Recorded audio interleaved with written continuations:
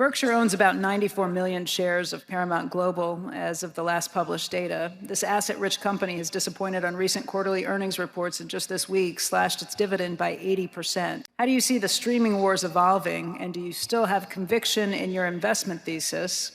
Is your investment thesis based on the company being an acquisition target or based on its fundamentals? Yeah, and how would you like to manage my money for nothing?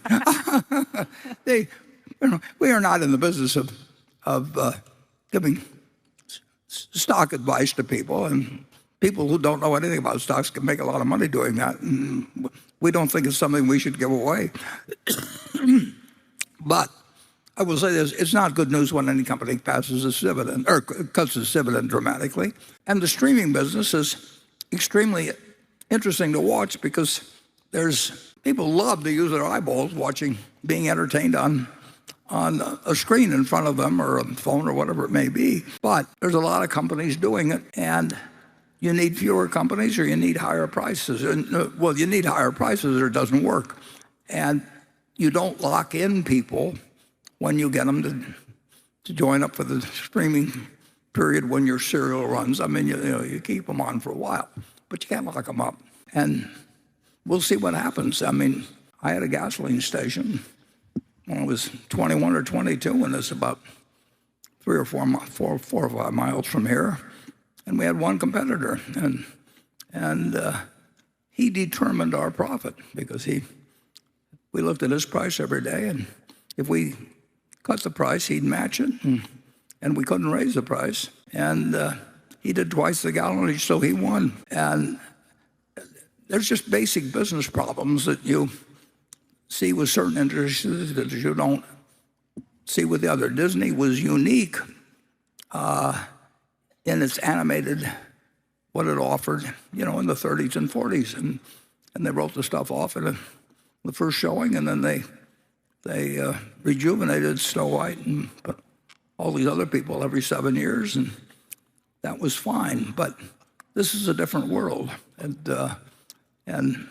the eyeballs aren't going to increase dramatically, and the time they can spend it's not going to increase dramatically, and you got a bunch of companies that don't want to quit, and who knows what pricing does under that. But anybody tells you what they know what pricing will do in the future is kidding themselves.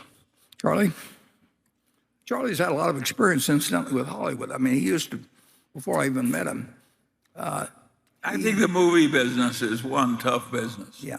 That's my view. The talent will make the money, the agents will make the money, and if you've got a theater, the theaters are now doing 70% of the business that they did before the pandemic. And big hits, have enormous grosses, but you can't reduce the supply. People have only got so many hours in the day. They've only got 2 eyeballs, and they got more choice than ever before. And they've got stuff that's cheaper that offers them the same experience, and some of them like the experience, particularly the big hits of going. But it isn't like you could double the number of people or double the eyeballs or anything like that. And you've got a lot of people. The talent will always get paid, and when you essentially are packaging that talent one way or another, and you need to get higher prices, and you've got a lot of strong companies that don't want to quit. That's an interesting equation.